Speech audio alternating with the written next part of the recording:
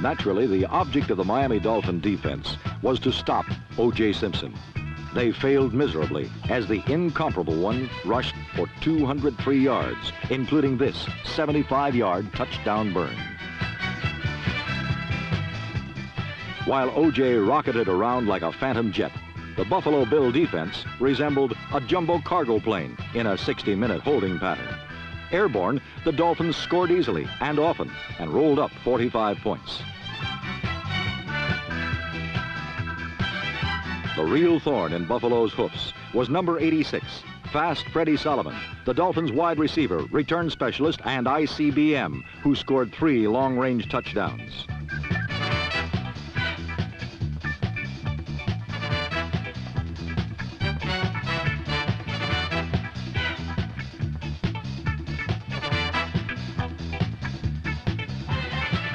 The first score came on a 79-yard punt return.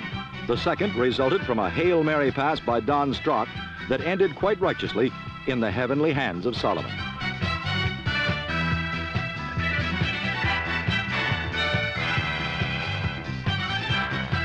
To document his status as a bona fide triple threat, Solomon's last score came as a runner when a double reverse climaxed in a 59-yard touchdown.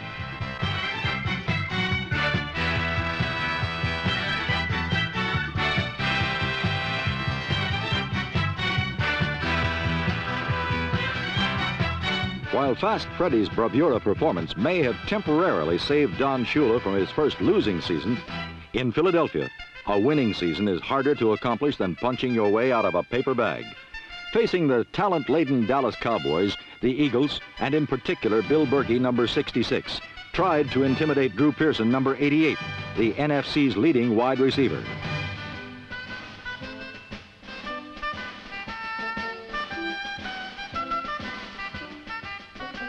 The Eagles, who have not scored more than 2 touchdowns in any one game, scored 1 against Dallas when Roman Gabriel found number 85, Charlie Smith, unattended in the end zone.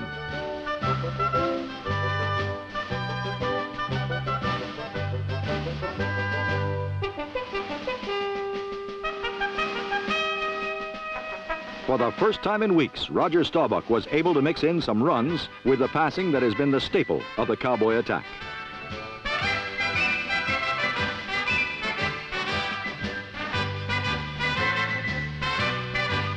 The balance in their arsenal was provided by number 44, Robert Newhouse, whose prolonged absence this season has cost the Cowboys a potential 1,000-yard runner.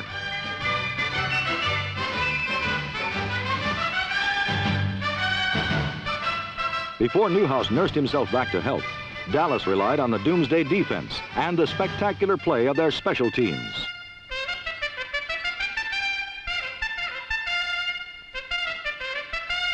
This blocked punt by rookie Aaron Kyle was the unit's 3rd snuff of the season and the 2nd consecutive game in which they registered a safety.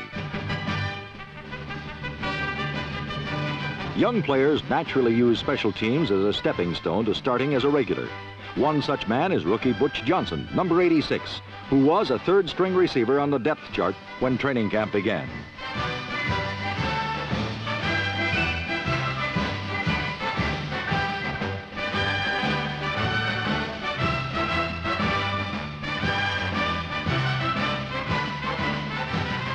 Johnson's touchdown nailed down a 26-7 victory, and more importantly, the title in the NFC East for the Dallas Cowboys. While Dallas gained a playoff berth for the 10th time in 11 years, the grizzled old Washington Redskins were still in the fight for the wild card spot.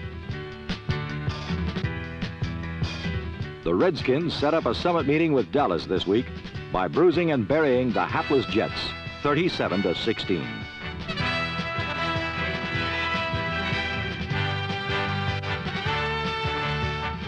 When number 84, Gene Puget, turned around number 47, rookie Tommy Marvaso, he turned around the Redskin offense as well.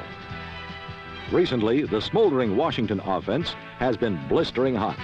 Everything is so simpatico, in fact, that Billy Kilmer resurrected a favorite old play, the post pattern, to almost forgotten Roy Jefferson, number 80.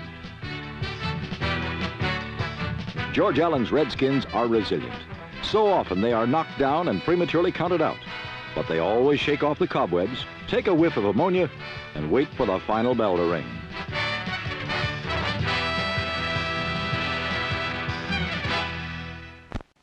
Last week, after a long injury-caused layoff, Pittsburgh's Terry Bradshaw was ready to return to action as the Steelers' playoff hopes flickered like a flame in the wind.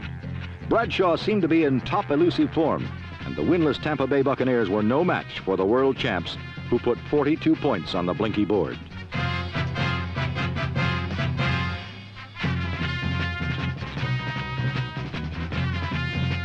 The Steel Curtain rose to its 4th shutout of the season, a new team record.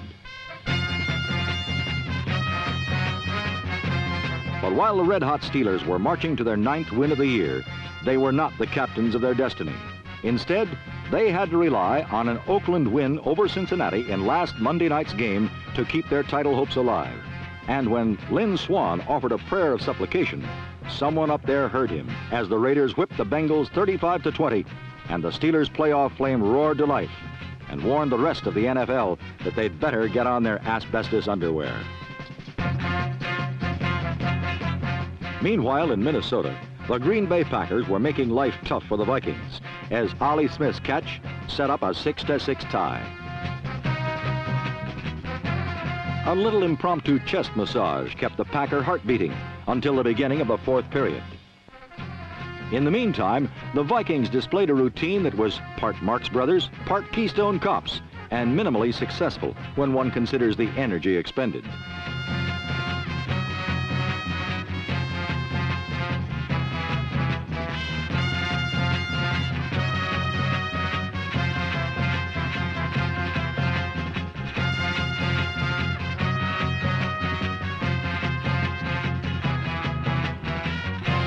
Late in the game, however, the Purple Gang got back into grinded-out football, a duller but more effective routine. Robert Miller's dash set up the second of Chuck Foreman's short touchdown bursts as the Purple Horde notched victory number 10, 20-9.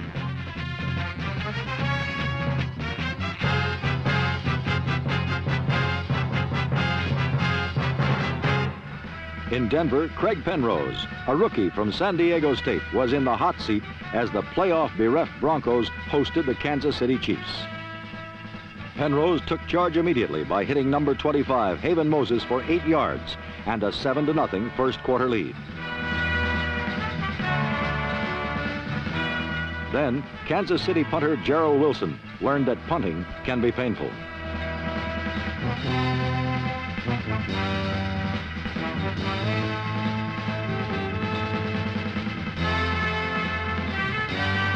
The Broncos have been intimidators on defense all season, and last week was not the exception.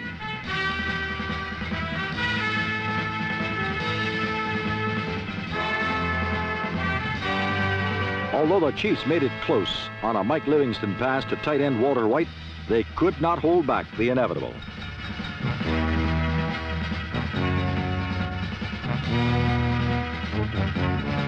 Performing like a seasoned veteran, Penrose took a deep drop and fired over the middle to Riley Odoms, whose great catch and run helped Denver gain victory 17-16.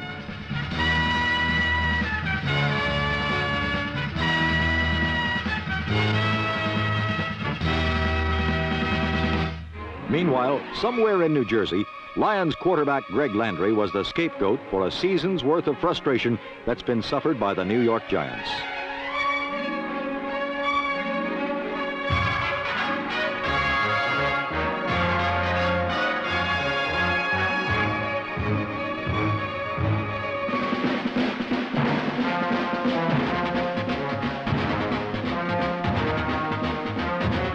The mauling that Landry took left him capable of putting a mere 10 points on the scoreboard against a Giant defense that has been characterized as a trifle less than ferocious.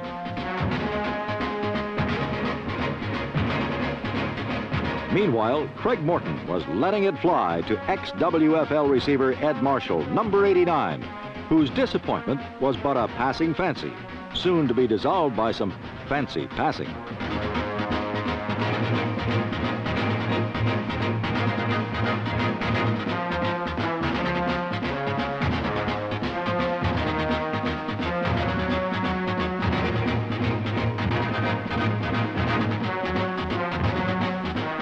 With his passing game clicking, Morton stayed up top for much of the day and found no greater success than when he went to the talented Marshall.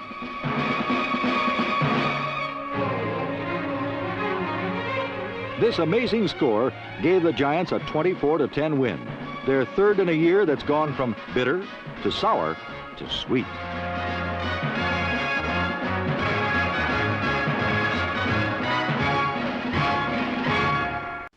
Last Saturday in Los Angeles, the voracious Ram defense held the Atlanta offense to a total of 15 yards in the first half and never allowed a white shirt anywhere near the Ram goal line. Starting his fourth straight game at quarterback, number 11, Pat Hayden, looked for wide receiver Ron Jesse for the big plays.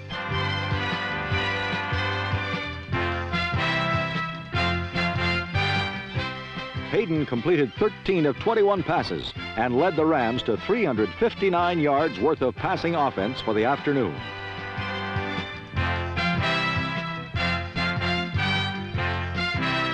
Number 12, James Harris, mopped up in style as the Rams clinched their fourth straight NFC Western title with their greatest scoring onslaught since the days of Waterfield and Van Brocklin. Except for 3 missed extra points, it would have been even worse. But for the Falcons, 59-0 was bad enough.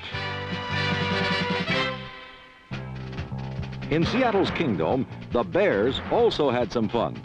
Bob Avellini broke open a close game in the third quarter with 3 long touchdown passes in just 3 minutes. And instead of trailing 7-6, Chicago suddenly led 27-7. Then, number 9, Virgil Carter, mopped up in the same manner as James Harris.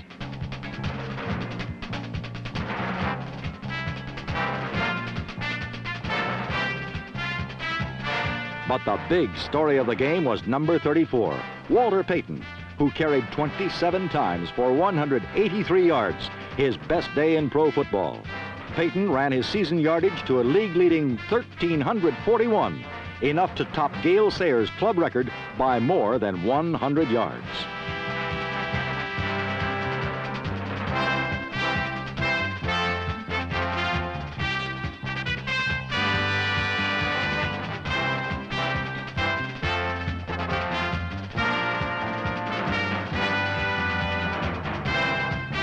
Bob Avellini and Walter Payton led the young Bears to more than 500 yards of offense. And this week, Chicago will be shooting for its first winning season since 1967.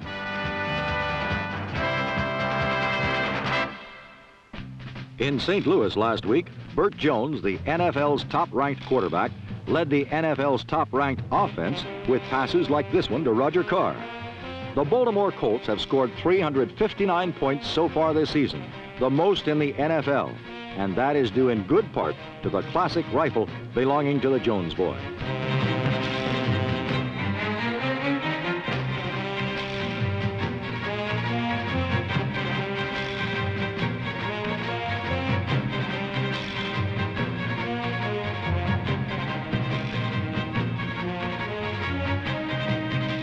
This touchdown by number 87, tight end Raymond Chester, brought the Colts close in the third quarter. But Baltimore could get no closer, partly because of some new red-dogging defenses, which the Cardinals coaches devised especially for Burt Jones and the Colts.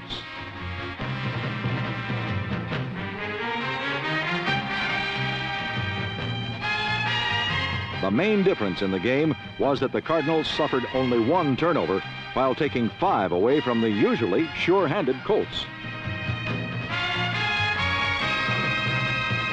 Baltimore has been the league's best pass-rushing team for the past 2 seasons. But this quality was nullified by the Great Wall of St. Louis, allowing Jim Hart and the NFC's top-ranked offense enough time to hit for big plays through the air.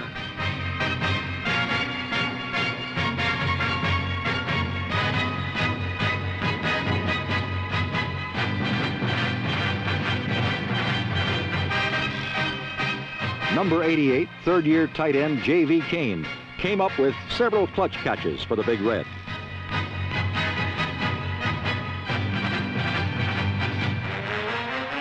The game's biggest play was the kind everyone has come to expect from Mr. Wonderful, Terry Metcalf.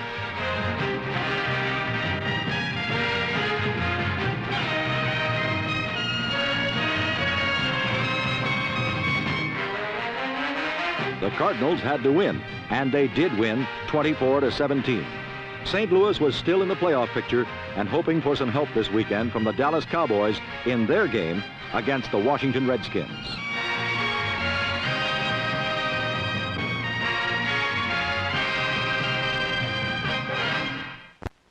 Every season, the NFL produces some surprises. One of this year's is Monty Clark's 49ers.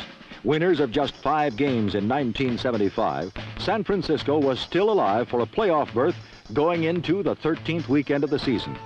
But when Mercury Morris scored in overtime, enabling the Chargers to beat the 49ers 13-7, San Francisco's hopes were over.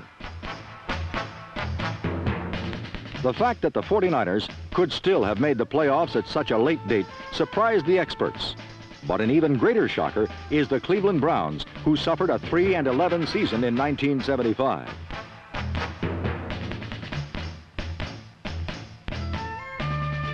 This year, the Browns are loose, and not because they have nothing to lose.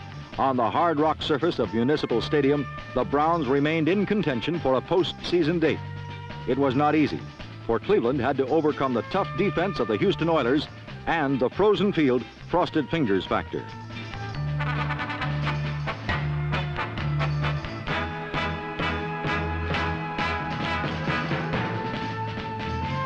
The 23-degree temperatures undoubtedly helped freeze both teams' attacks, but even more, alert defense by the Oilers forced the Browns into 5 fumbles and 2 interceptions.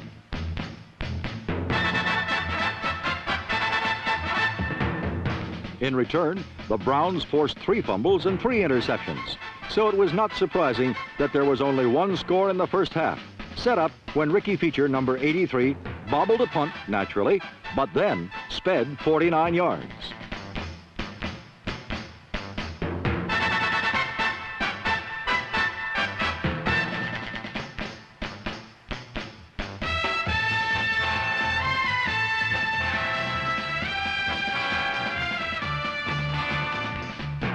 Feature's return set up a Brian Sipe to Paul Warfield touchdown pass of 37 yards.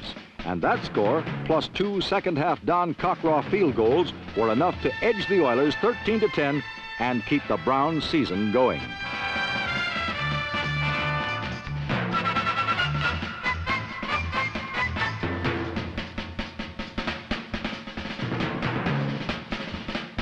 Sure, it's a long shot that both the Steelers and Bengals will lose this week, giving Cleveland the division title.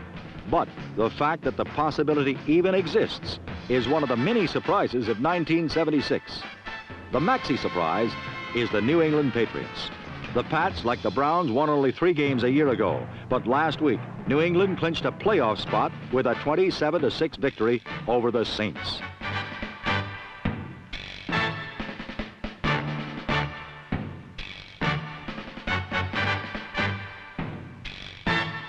The Patriots in the playoffs is not the only surprise. Many are calling them the best team in the league, and not without reason. The New England running game that trampled over 330 yards 2 weeks ago against Denver ran up 220 yards against New Orleans last week.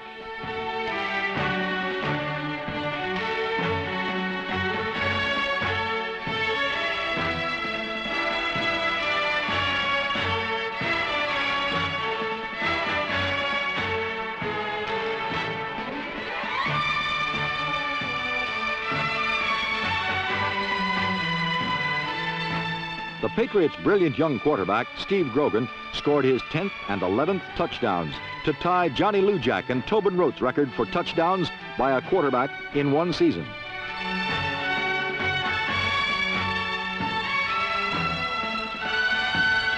The Patriots can pass, too. Grogan threw 2 more scoring passes against the Saints for a season total of 18.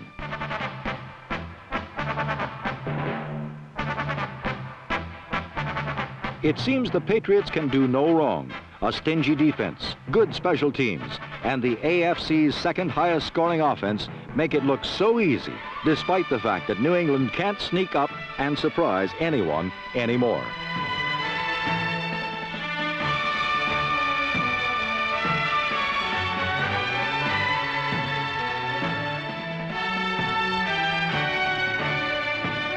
With Tampa Bay coming up this week, Don't be surprised if the surprising Patriots turn last year's 3-11 record into this year's 11-3.